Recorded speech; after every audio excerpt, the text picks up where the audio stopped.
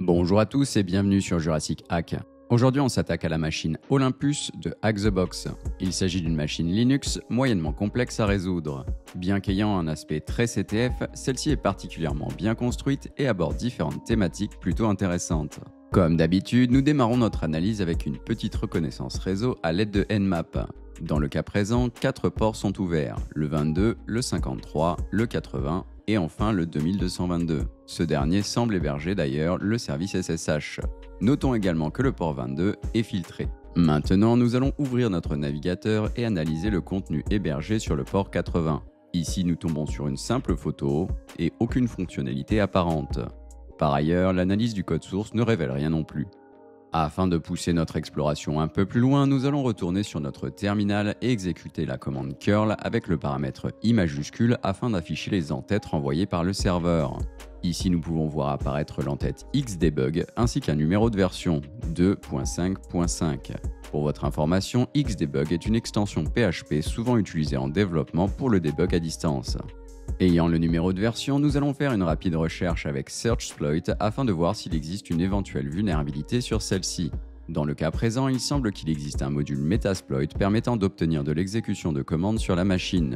Notez que bien que la sortie de Searchsploit indique que seules les versions inférieures à 2.5.5 sont vulnérables, la version 2.5.5 est également vulnérable. En effet, après avoir démarré MSF Console et chargé le module Xdebug, nous pouvons voir que la description de celui-ci indique que la version 2.5.5 est bel et bien vulnérable. Par la suite, nous allons modifier les paramètres lhost et rhost afin de les faire correspondre à notre environnement. Il ne nous reste plus qu'à exécuter le module à l'aide de la commande exploit. Suite à cela, nous obtenons un shell en tant que 3wdata. Bien que nous n'avons pas encore accès au flag utilisateur, en explorant le répertoire de Zeus, nous pouvons constater la présence d'un répertoire nommé Ergeden. Si l'on explore celui-ci, nous pouvons voir la présence d'un répertoire nommé Captured. Celui-ci contient deux fichiers, captured.cap et papyrus.txt. En ouvrant ce dernier, nous pouvons voir une citation qui ne nous éclaire pas vraiment plus sur la situation. Cependant, le fichier captured.cap semble plus intéressant. Nous allons donc retourner sur notre méterpréteur afin de télécharger celui-ci. Une fois celui-ci récupéré, nous allons exécuter un nouveau terminal afin d'ouvrir ce fichier à l'aide de Wireshark. Dans le cas présent, celui-ci semble contenir une grande quantité de paquets relatifs au réseau sans fil. Nous allons donc retourner sur notre terminal et faire usage de rcrackng afin de voir s'il est possible de découvrir le nom d'un réseau sans fil. Ici, bonne nouvelle, nous avons accès à un handshake WPA, ce qui peut nous permettre d'obtenir le mot de passe de celui-ci. En effet, pour votre information, lorsqu'un appareil tente de se connecter à un réseau Wi-Fi protégé par le protocole WPA ou WPA2, un échange cryptographique en 4 étapes, appelé 4-way handshake, est réalisé entre le client et le point d'accès. Ce handshake contient suffisamment d'informations pour permettre une attaque hors ligne à condition de disposer d'un dictionnaire contenant éventuellement le mot de passe. Ici, nous allons donc encore une fois faire usage de rcrackng et tenter de casser le mot de passe du réseau sans fil à l'aide de la liste de mots de passe RockU. Après un petit peu d'attente, nous obtenons un résultat. N'ayant pas vraiment plus d'indices pour la suite des événements, nous allons tenter de nous connecter au port SSH 2222 de la machine à l'aide du mot de passe que l'on vient de découvrir en tant que nom d'utilisateur et du SSID en tant que mot de passe. Malheureusement sans succès. Cependant, après un peu de réflexion et le fait que la machine repose sur la thématique de la mythologie grecque, il semble que l'usage du nom d'utilisateur Icarus et du SSID en tant que mot de passe soit la bonne solution. Malheureusement pour nous, toujours pas de flag utilisateur. Cependant, en inspectant le contenu du fichier Help of the Gods, nous avons un petit indice, un nom de domaine. Ceci est très intéressant car comme constaté lors de notre scan Nmap, le port DNS de la machine était ouvert. Il est donc éventuellement possible d'effectuer un transfert de zone afin de récupérer d'éventuels sous-domaines. Pour rappel, un transfert de zone, aussi appelé AXFR, est un type de requête DNS utilisé pour transférer intégralement une zone DNS d'un serveur vers un autre. Dans le cadre d'une reconnaissance, cela peut permettre à un attaquant de récupérer la liste complète des sous-domaines, noms d'hôtes et parfois des adresses IP internes.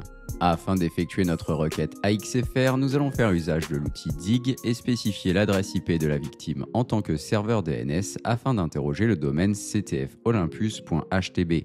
Dans le cas présent, notre requête a bien été exécutée par le serveur. Nous avons une grande quantité de résultats, mais la première entrée TXT renvoyée par celui-ci semble très intéressante. Nous pouvons voir Prometheus, un éventuel nom d'utilisateur, ainsi que la phrase Steal the Fire en lead-speak, un éventuel mot de passe.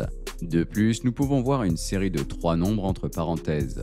Ici, c'est un petit peu CTF, mais ceci fait référence au port knocking. Pour votre information, le port knocking est une technique qui permet d'ouvrir un port sur un pare-feu uniquement après qu'une séquence spécifique de tentatives de connexion a été détectée. Dans le cas présent, la séquence de nombres représente les ports auxquels il faut tenter de se connecter afin d'ouvrir le port 22 de la machine. Pour ce faire, nous allons écrire un rapide one-liner en bash qui va venir effectuer une tentative de connexion sur la séquence de ports identifiés. Par la suite, nous allons pouvoir tenter de nous connecter sur le port SSH de la machine à l'aide de l'utilisateur Prometheus ainsi que le mot de passe que l'on a découvert dans l'entrée DNS. Si tout se déroule correctement, nous devrions obtenir un accès à la machine et être enfin en mesure de récupérer le flag d'utilisateur. Pour ce qui est de l'escalade de privilèges, c'est plutôt simple. En effet, notre utilisateur fait partie du groupe Docker, ce qui équivaut quasiment au privilège root. Ici, si l'on liste les images Docker présentes sur la machine, il en existe 3. Nous allons donc démarrer l'image Olympia et faire usage du paramètre -v afin de demander à Docker de monter le système de fichiers de l'hôte dans notre conteneur et d'exécuter sh afin d'obtenir un shell dans celui-ci. Cependant, pour le moment, il n'y a rien dans notre répertoire root, et c'est normal. Nous allons donc exécuter chroot. En effet, la commande chroot permet de changer le répertoire racine apparent d'un processus donné. Ce mécanisme crée un environnement isolé dans lequel le processus n'a accès qu'au système de fichiers situé dans ce nouveau répertoire racine. Ici, nous allons donc demander à chroot de donner à sh un accès au système de fichiers de l'hôte, c'est-à-dire le système exécutant Docker.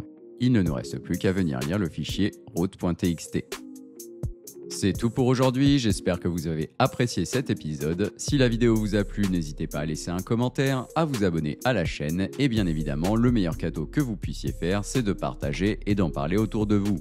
Merci d'avoir regardé et à très bientôt.